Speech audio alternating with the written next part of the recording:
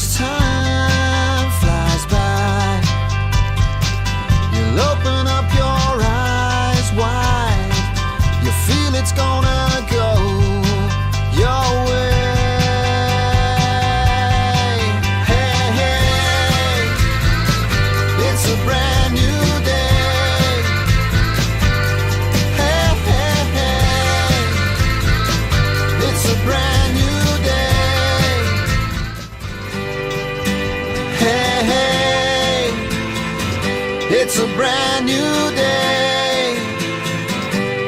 Hey, hey, hey, it's a brand new day.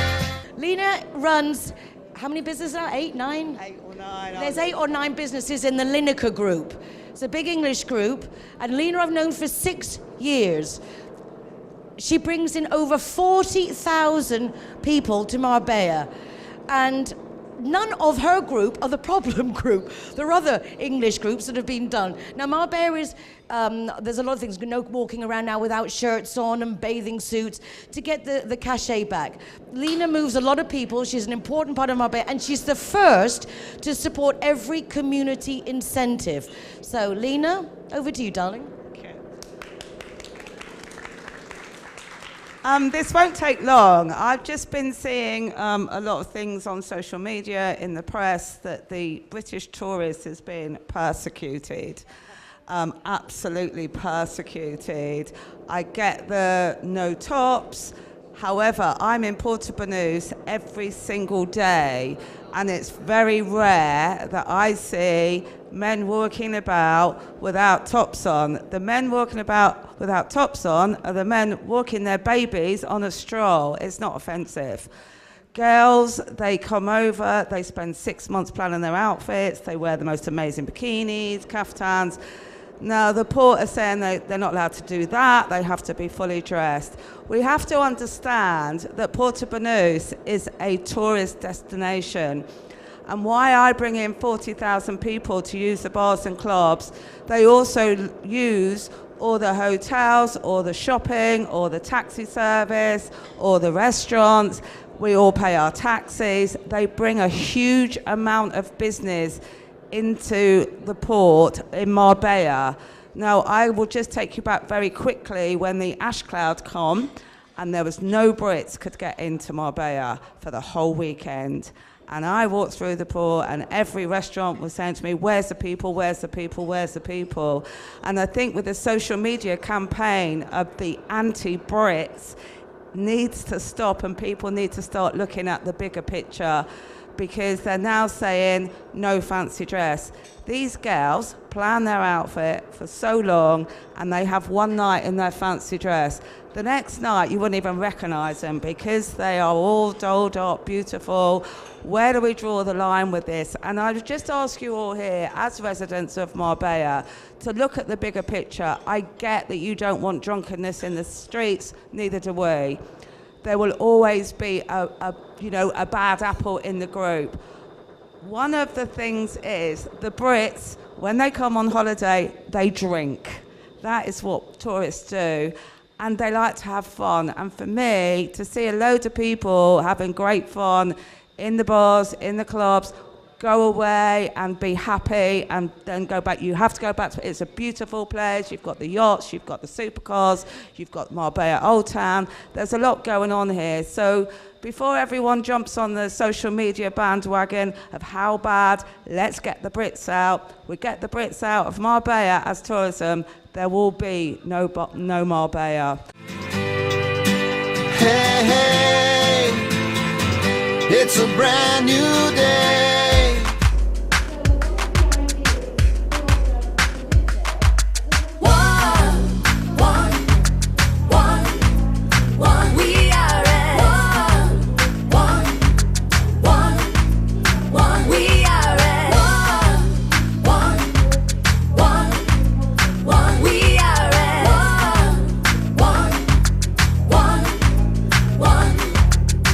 Let the music get to your heart.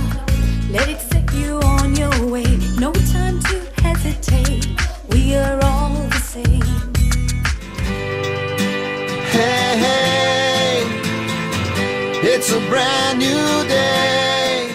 I'm here with Angela. We're right in the middle of the conference now for the United Nationalities Marbella Summit 2018. Taking a quick break and we're going to get some instant feedback on how it's all going today. So Angela, tell us a little bit about where you're from, first of all. Yeah, well, I'm from Scotland, but I've been in Marbella now for almost 3 years, and I've just recently joined this association called Marbella by Civic, which is mostly sort of Spanish not-for-profit organisation which is trying to promote cycling as a sustainable transport method in Marbella, which eventually would replace cars, just make Marbella a greener place.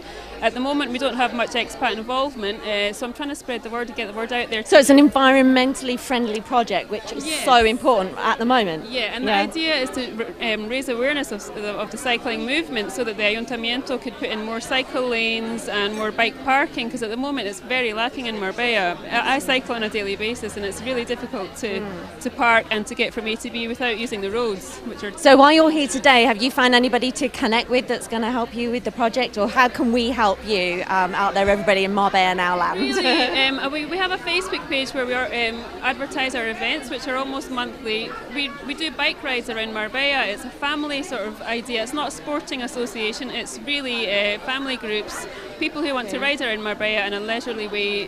Just look out for our events and come. To so we can get healthier and fitter in a hashtag Better Together way. Yeah, and get more bicycle lanes in Marbella.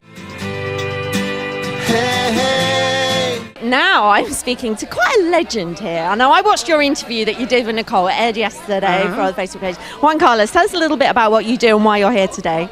Well, normally what I do is events. I just do exhibitions, art exhibitions, markets, very special markets, and all sorts of events. I've got some ideas. I'm not going to let you know now, but you will see in the future. I've got some ideas of very nice event with kids, with animals, and we've been talking today so far in the summit about community working together. The charities have all mentioned things, and you talked a bit about the dogs, welcoming dogs into the restaurants. Because I have my own experience.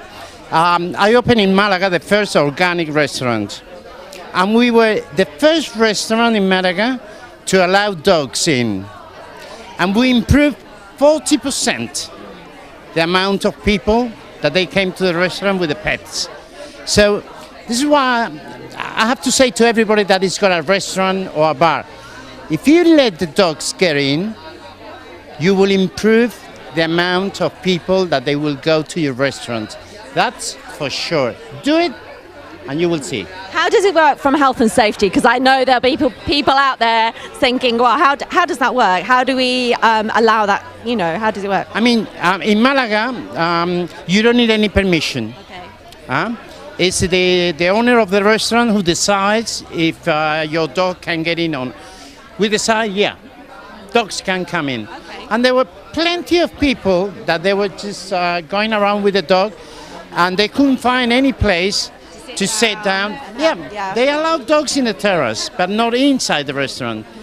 So we said, okay, let's allow the dogs in the restaurant.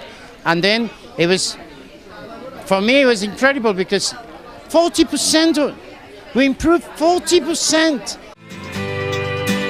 Hey, hey. What have you got out of this morning so far? It's been quite an intense morning, hasn't it? It is. Firstly, I want to say congratulations to Nicole King and all the people involved in organizing this great event.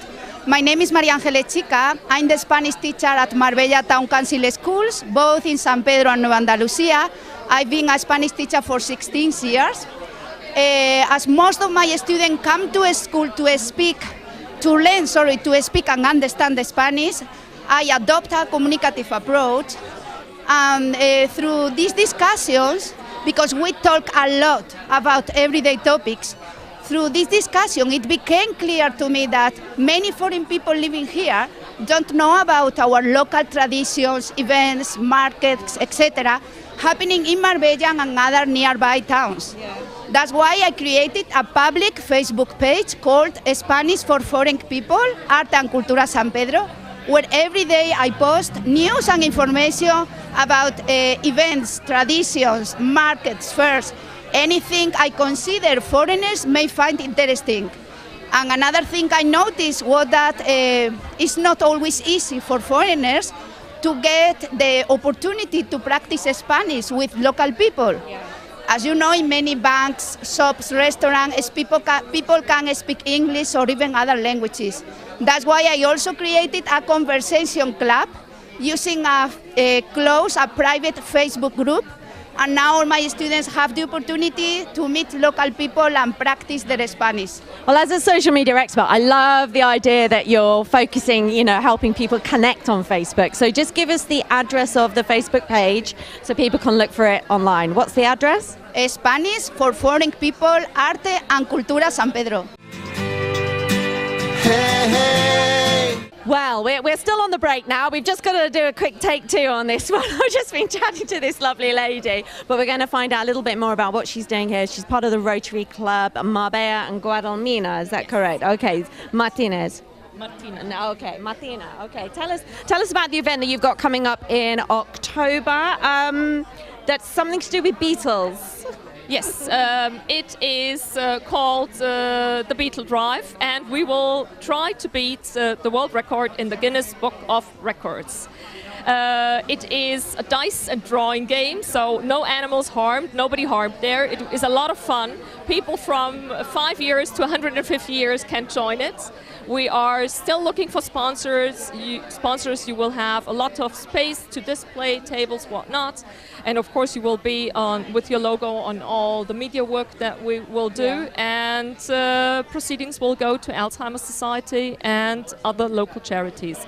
So we would love the Marbella Society to support us because all the money will stay locally. Okay, that's a beautiful concept because we're here today talking about #Better Together, building the community, working together and taking action. And so exactly will be happening in October. What date was it? The 20th of October? The 20th of October. We start at 5 p.m.